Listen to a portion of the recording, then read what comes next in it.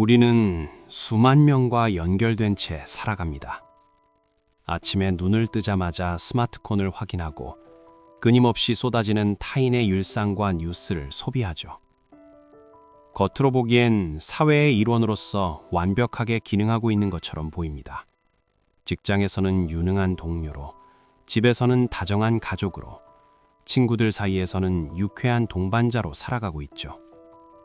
하지만 문득 거울을 볼 때 그 거울 속에 비친 모습이 정말 나인지 의문이 들 때가 있습니다. 세상이 요구하는 수많은 페르소나를 갈아 끼우느라 정작 가면 위에 숨겨진 나의 맨 얼굴은 낯설기만 합니다.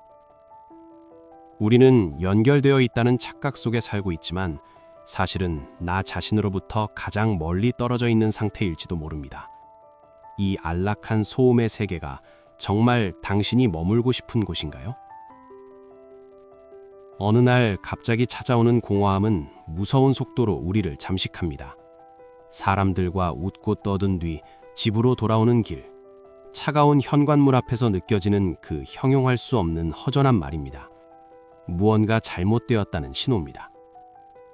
우리는 그동안 외로움을 병처럼 여겨왔습니다. 그래서 그 틈을 메우기 위해 더 자극적인 컨텐츠를 찾고 억지로 약속을 잡으며 스스로를 소모해왔죠.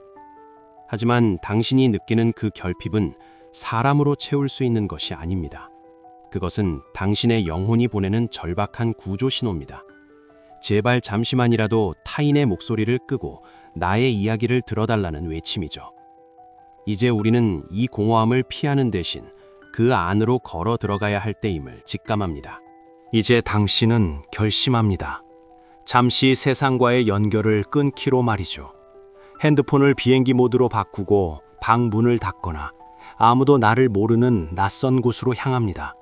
이것은 단순한 단절이 아니라 나 자신을 만나기 위한 성스러운 입장입니다. 하지만 문을 닫는 순간 예상치 못한 공포가 밀려옵니다.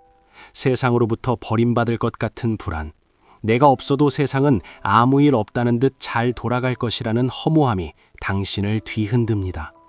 고독의 문턱은 이처럼 높고 차갑습니다. 대다수의 사람들이 이 문턱에서 겁을 먹고 다시 소음의 세계로 도망칩니다. 그러나 진정한 성장은 이 문을 열고 들어가는 용기에서 시작됩니다. 이제 당신은 오직 자신만이 존재하는 고요의 방에 첫 발을 내디뎠습니다. 고요 속에 머물기 시작하면 처음에는 온갖 잡념이 머릿속을 헤집어 놓습니다. 과거의 후회, 미래에 대한 불안, 타인에게 들었던 상처 주는 말들이 수면 위로 떠오릅니다. 그동안 바쁘다는 핑계로 덮어두었던 마음의 먼지들이 일어나는 과정입니다. 이 단계는 무척 괴롭습니다. 아무도 없는 방 안에서 자신의 못난 모습과 마주해야 하기 때문이죠. 하지만 이 시련을 견뎌야 합니다. 흙탕물을 가만히 두면 결국 맑은 물이 떠오르듯 마음의 소란도 시간이 지나면 가라앉습니다. 비로소 당신은 타인의 기준이 아닌 나라는 사람의 본질적인 욕구와 마주하게 됩니다. 내가 정말 원했던 삶은 무엇인지, 내가 왜 그토록 타인의 시선에 전전긍긍했는지, 고독이라는 현미경으로 삶의 구석구석을 들여다보기 시작합니다. 폭풍 같은 생각들이 지나간 자리에 비로소 정적이 찾아옵니다. 그리고 그 정적 속에서 아주 작지만 선명한 목소리가 들리기 시작합니다. 그것은 당신이 어린 시절 가졌던 순수한 열정일 수도 있고 오랫동안 외면해왔던 창조적인 영감일 수도 있습니다. 고독은 외로워지는 시간이 아니라 내가 누구인지 알아가는 재회의 시간입니다. 이 순간 당신은 깨닫습니다. 나는 타인의 박수 없이도 충분히 가치 있는 존재구나. 외부의 공급장치 없이 스스로 행복을 만들어낼 수 있는 내면의 발전소를 발견한 것입니다. 이 발견은 세상 그 무엇과도 바꿀 수 없는 강력한 무기가 됩니다. 이제 당신은 혼자 있어도 결코 혼자가 아닌 가장 든든한 조력자인 나 자신과 손을 잡게 되었습니다. 발견에는 언제나 대가가 따릅니다. 새로운 나를 받아들이기 위해서는 그동안 나를 지탱해왔던 낡은 가치관들을 버려야 합니다. 남들에게 잘 보이기 위해 억지로 유지했던 인맥, 내 적성과 맞지 않지만 안정적이라 믿었던 목표들, 그리고 나를 갉아먹던 습관들과 이별해야 합니다. 이 과정은 마치 살을 도려내는 듯한 상실감을 주기도 합니다. 고독을 통해 얻은 진실이 너무나 무거워 때로는 다시 무지했던 과거로 돌아가고 싶어질지도 모릅니다. 하지만 이미 진실을 본 눈은 과거로 돌아갈 수 없습니다. 당신은 고독의 용광로 속에서 불순물을 걸러내고 순수한 본연의 모습으로 재탄생하는 고통스러운 과정을 묵묵히 받아들입니다. 이제 당신은 고독의 방에서 나와 다시 세상으로 복귀합니다. 물리적인 환경은 이전과 다를 바 없습니다. 여전히 도시는 시끄럽고 사람들은 바쁘게 움직입니다. 하지만 당신의 눈빛은 달라져 있습니다.